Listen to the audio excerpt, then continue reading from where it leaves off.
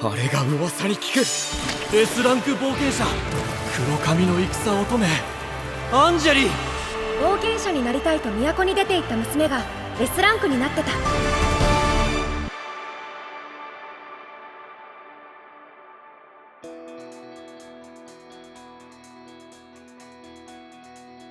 Oke, keren.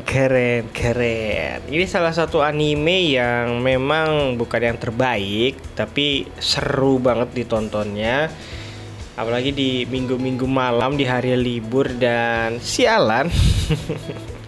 Niatnya gue itu ya nonton santai lah. Gue tuh ngecek episode 1 doang, malah kebablasan maraton padahal besok Senin gitu. Malah ini pas gua rekaman suara ini tuh sebenarnya udah masuk hari Senin dini hari jam 1. Tapi ya memang tayangnya video ini diuploadnya entah kapan ya, karena biasanya gua abis nonton film langsung gua cerita, gua record, terus ngedit nunggu free, jadi nggak tahu lah kapan tayangnya video ini.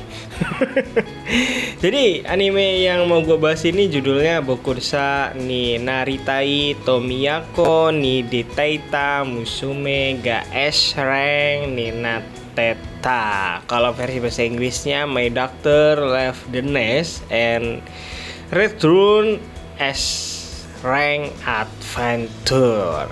Kalau dibikin simpelnya sih intinya anak gua jadi petualang rank S lah, dan ya damn seru ternyata.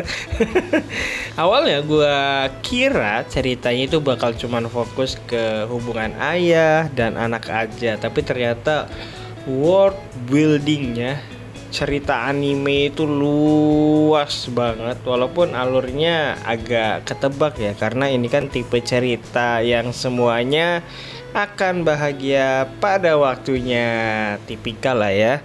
Komposisi ceritanya sebenarnya anime ini pinter banget. Pas gue lihat di mall, anime ini kan ternyata diadaptasi dari light novel gitu kan. Tapi anime ini tuh jago banget naruh hal-hal yang seru atau yang bikin penasaran itu di pertengahan season sampai akhir season gitu. Jadi kita sebagai penonton itu kayak dipaksa penasaran gitu, pengen lanjut terus gitu.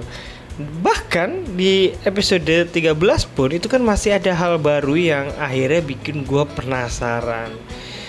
Ya, salah satu yang amat sangat bikin gua penasaran adalah dua teman party dari ayahnya Angie ya, yang masih misteri, yaitu ada Sati yang ternyata elf gitu kan, dan Parcival. Dan gua penasaran banget dan gua harap banget anime ini punya season 2 sih.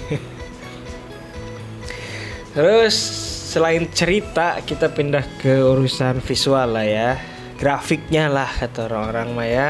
Untuk gambarnya sebenarnya gue suka, stylenya itu khas banget, ditambah kadang mereka itu kayak memasukkan gaya estetik ala-ala gambar pakai pensil warna gitulah. Dan paling indahnya kerasanya itu pas nampilin ya suasana halaman rumahnya si Angie. Itu gue suka banget sih setiap ceritanya kalau balik ke daerah kampung halamannya, karena gambarnya terasa nyaman banget di mata. Cuman ya masalahnya adalah kalau kalian yang pengen nonton pertarungan epic, walaupun anime atau cerita ini memiliki genre action yang mungkin terpaksa ya ngikutin genre dari light novel ya, adegan actionnya memang agak kurang sih. Atau kurang banget.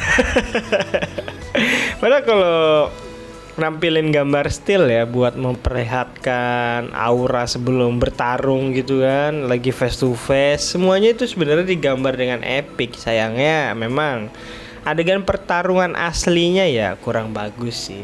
Untungnya ya selain bagian berantem itu masih mending lah.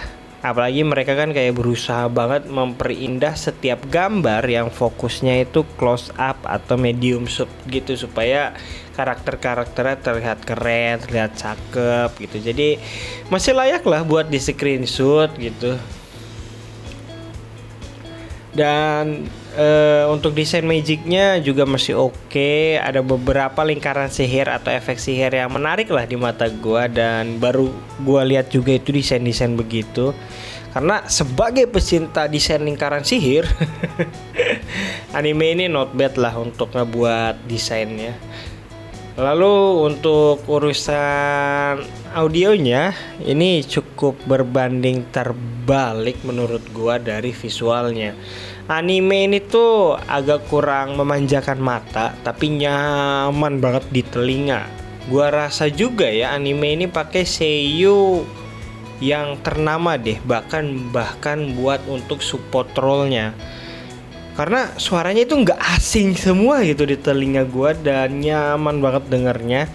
Ditambah setiap adegan di kampung halamannya Enji ya, kerasa banget itu fantasinya, folknya, dan nyaman banget. Itu gue suka banget sih.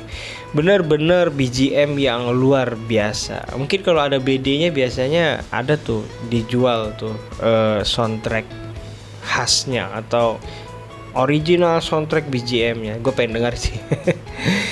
Ya itunya aja sih. Walau kalau kita lihat di audio sound effect di bagian pertarungannya juga kurang juga sih. Jadi cuman BGM-nya yang menurut gue luar biasa sih, karena sound effect waktu pertarungannya pun agak kurang. Gue yakin para seiyu ini yang ternama ini mau taken kontrak dengan anime ini tuh karena ceritanya sih. Emang ceritanya oke banget walau bukan yang terbaik gitu. Cuman ya sayang aja dibuat dengan gambar yang kurang bagus. Ya, secara keseluruhan gue masukkan anime ini ke dalam planet A gua. Sebenarnya cukup gue rekomendasi untuk tontonan santai kalian, karena vibe-nya ya memang cukup santai dan seru untuk ditonton. Tapi sepanjang gue nonton anime ini kerasa banget sih banyak potongan ceritanya. Jadi buat yang penasaran bisa langsung cek light novelnya aja kata gue mah. Karena gue sendiri juga pengen baca light novelnya sih, supaya bisa tahu masa lalu ayahnya Enji dan beberapa hal yang mungkin di anime ini kepotong.